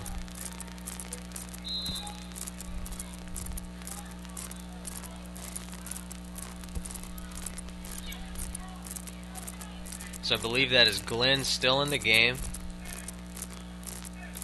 He might be more of a dual threat guy. I'm not sure. But he is looking for McDavid. It's almost picked off. Knocked out of the air by Patrick Hudson. Yeah, those linebackers right there for Clarke Central did a great job dropping into coverage. Hudson getting his hand on that ball, preventing the completion on that little slant that Cedar Shoals was running. Yeah, it was pretty clear who they were going to on that play. Just looking at him all the way. Rolling out, a lot of pressure. He dumps it off to his back, out to the 30, 35. Brought down there at the 35-yard line.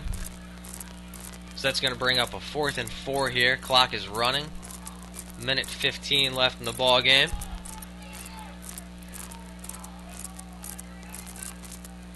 Nowhere to go on that one for Glenn, so he just had to go to his second option there. And we are at a minute left here. 4th down, and this could be the game. Dumps it off. That might be the first down there for the Jaguars. They're going to stay alive momentarily all the way out to the 45-yard line. And I believe that was number 28, Michael Allen, with the reception. Yeah, they're really liking that short dump off right now. Glenn doesn't seem as comfortable throwing the ball long down the field. Jaguars would have liked to at least get another score here. 49 seconds left, almost to midfield. Glenn dropping back. He's got pressure. He's looking to throw all the way down the middle of the field. He throws it into a mob and it falls incomplete. He was trying to get it to number 8, Darius Jones. But he was in a middle of yellow helmets there. Yeah, Zay Brown back playing at safety right now, just all over the place this evening. Gets a hand on the ball for the breakup right there for Clarke Central. 2nd and long from the 45.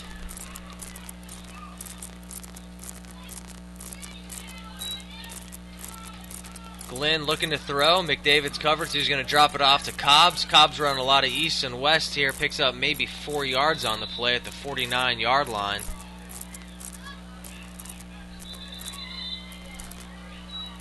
And we got a timeout Jaguars with 26 seconds left.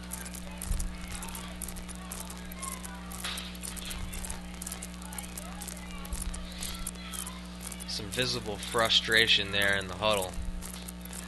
As Cobbs comes off the field, and Trent Harris for Cedar Shoals may be coming in to be an option short for Hakeem Glenn to be able to throw the ball to.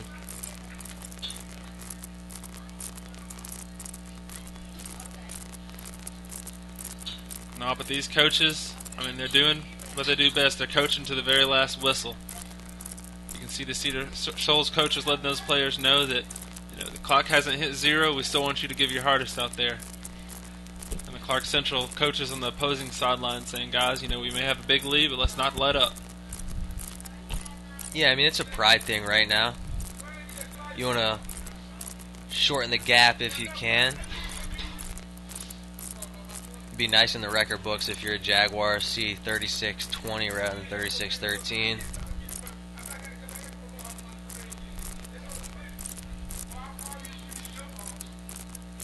If you're a Gladiator, you want the win to look as big as possible, I guess.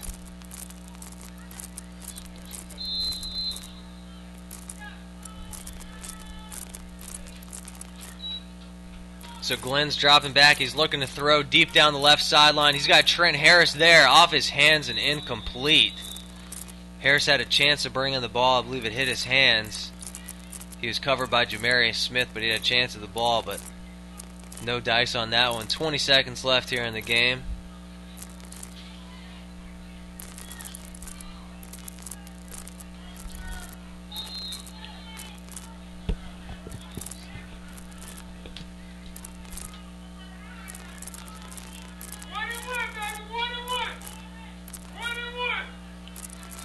trash fourth talking down going here. on. Thrown across the middle and caught to McDavid. All the way down to the Gladiator 33-yard line.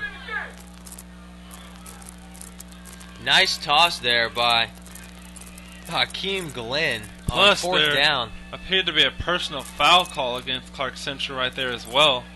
That'll send the Jaguars 15 yards ahead of this line of scrimmage to put them on about the Clarke Central 17-yard line.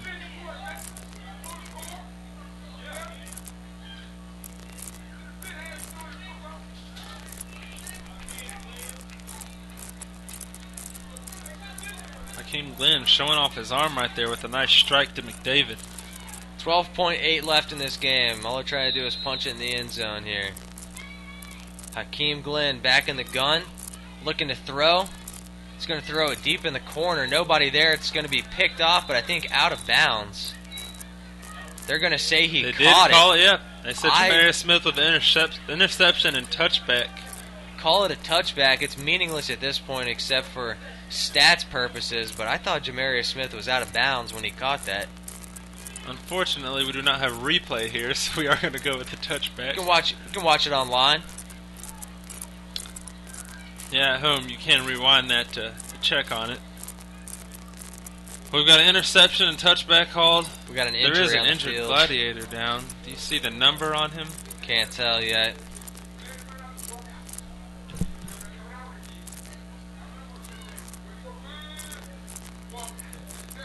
As you can tell, both teams are already getting ready to walk out to midfield.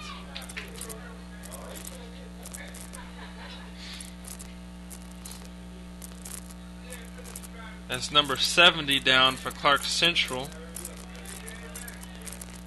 as he makes his way off the field. Austin Williams. I expect to see Clarke Central take a knee here, showing good sportsmanship, as the Gladiators have racked up a big win after really- losing the first C-team matchup earlier in the year. Yeah, they took control of the second half here. And that's going to do it. Clarke Central with the win, 36-13 over the Jaguars here at the Jungle. Great game, Andrew, wouldn't you say? Yeah, I mean, that was entertaining up until maybe the last 5 or 6 minutes when you could tell what direction it was going to go. But, I mean, the game was still pretty much in the air all the way through the end of the third quarter and into the beginning of the fourth quarter. Yeah, we'd like to say thank you again. You know, the fact that we're here can be highly attributed to Cedar Shoals athletic director Roger Edmonds and the Jaguars C-team coach Chad Roberts. These people helped make this broadcast possible today, so thank you for allowing us to be here, and we hope to see you next time here on GITV.